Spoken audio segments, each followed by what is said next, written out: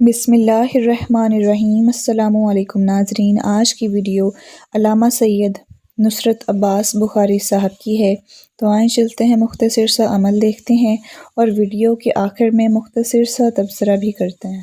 دیکھیں مسلمان، بہرحال یہ تو ہم نے اپنے فرقے کر لیے اور آپس میں دکانیں، نفرتیں، کیونکہ ظاہر ہے دشمن کا پہلا کام یہی ہوتا ہے کہ ڈیوائڈ کر جو ہے وہ ان پر حکومت کرو۔ اگر یہ آپس میں جڑ جائیں گے تو پھر ان پہ حکومت کون کرے گا؟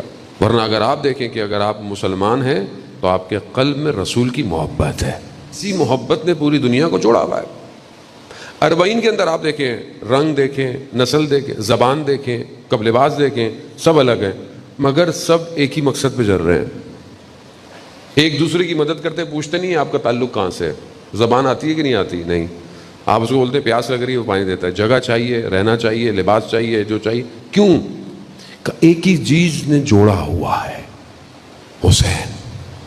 اور ایسی حکومت ہے جو 80-90 کلومیٹر پر ہے کہ وہاں پر فداکاری ہے، اثار ہے۔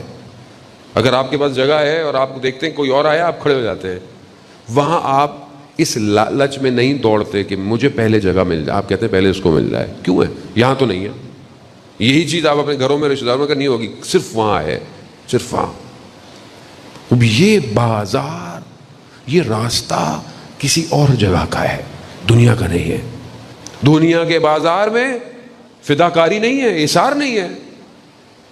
جو دشمن ہے اللہ کا اور رسول کا، اس نے جو دنیا میں، اس نے بھی لوگوں کو جمع کیا ہوا ہے، ایسا نہیں ہے کہ اس نے جمع نہیں کیا ہوا۔ لوگ بت پرستی میں جمع ہیں، لوگ مختلف جگہوں پہ جمع ہیں، دنیا میں حکومتیں آپس میں جڑتی ہیں، لیکن ان کا جمع ہونا قلب کا جمع ہونا نہیں ہے، ظاہری فائدے کے لیے جمع ہوتے ہیں، اور اگر فائدہ ایک دوسرے سے زیادہ ہوتا ہے ایک دوسرے کو بھی ختم کر دیتے ہیں۔ لیکن امام کا کام نہ صرف امت کو یہاں جوڑنا ہے، بلکہ اصل سفر جو امت کا آخرت میں وہاں لے کے جانا چاہتا ہے۔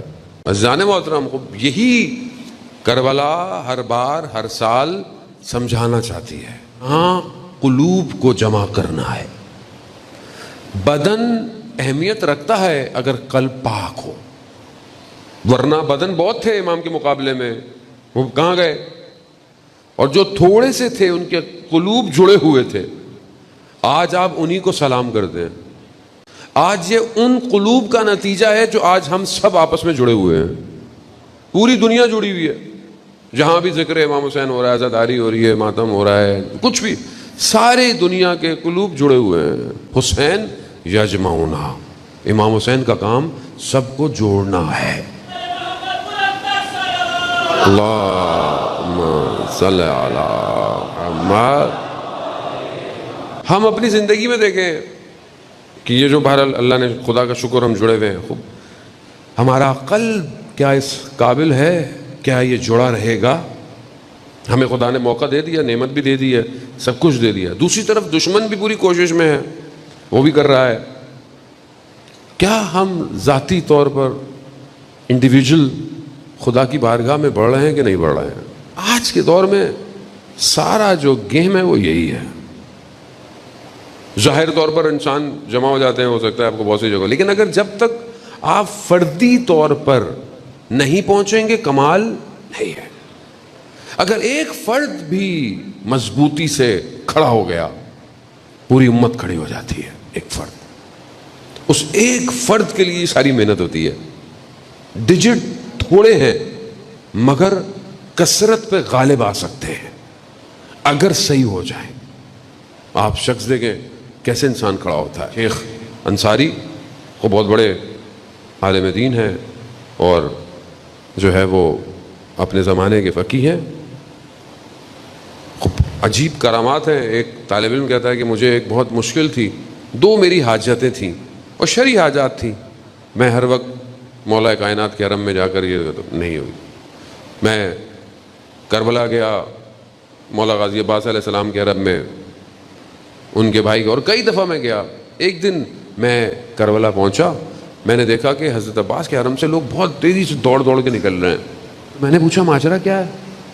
کہا کہ بدو عرب کا بچہ تھا، معلول تھا، اس کو اندر شفا مل گئی ہے، اور اس کی شفا کے لیے لوگ اس کے کپڑوں کا ٹکڑے لے کے تبرکن لے کے جا رہے ہیں۔ کہا جب ہٹ گئے تو میں زری کے سامنے گیا، میں نے کہا یا قمر بنی ہاشم، میں آپ کے والد کے پاس گیا، انہوں نے کوئی میری بات جو ہے وہ اس طرح ادا نہیں کی، آپ کے پاس، آپ کے بھائی کے پاس، یعنی میں اتنے عرصے سے آپ کا خادم ہوں، طالب علم ہوں، یعنی میری قیمت بیابان کے بدو کے بچے کے برابر بھی نہیں ہے، آپ میری بات نہیں مانتے۔ اب انسان ہوتا ہے نا بعض وقت کہتا ہے کہ مولانا صاحب ہماری تو سنی نہیں جا رہی ہے، فلانے کو ہم لائے تھے منت ماننے کے لیے، اس کی تو پوری ہو گئی، ہماری تو آج تک پوری نہیں ہوئی۔ عزیزان محترم، خدا اور خدا کے ولی بہتر جانتے ہیں آپ کو کب اور کیا کیسے دینا ہے، کب وہ ظرفیت دیکھ کر دیتے ہیں، انہیں پتا ہے کہ زیادہ دے دیا تو انہوں نے کرنا کیا ہے، پھر ایسے ہی ہے۔ ابھی بات کرتے مولانا صاحب عرفا کے پاس طی الارض تھا، یعنی کیا، یعنی ایک قدم بڑھاتے تھے کہیں اور پہنچ جاتے تھے، یہ کیسے ملے گا؟ یہ اللہ ان کو دیکھ کے دیتا تھا کہ ان کے قدم کس لیے اٹھتے ہیں۔ ہم لوگوں کو یہ ساری چیزیں، ہم اپنے اندر ظرف تو پیدا کریں۔